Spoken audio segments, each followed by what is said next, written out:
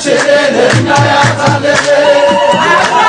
ያቆስ አባታችን የመስቀሉ ፍቅር ሲገባው የሚያፈለቃለ መልካም ነገር የመቤት ጋራ ሲነጋ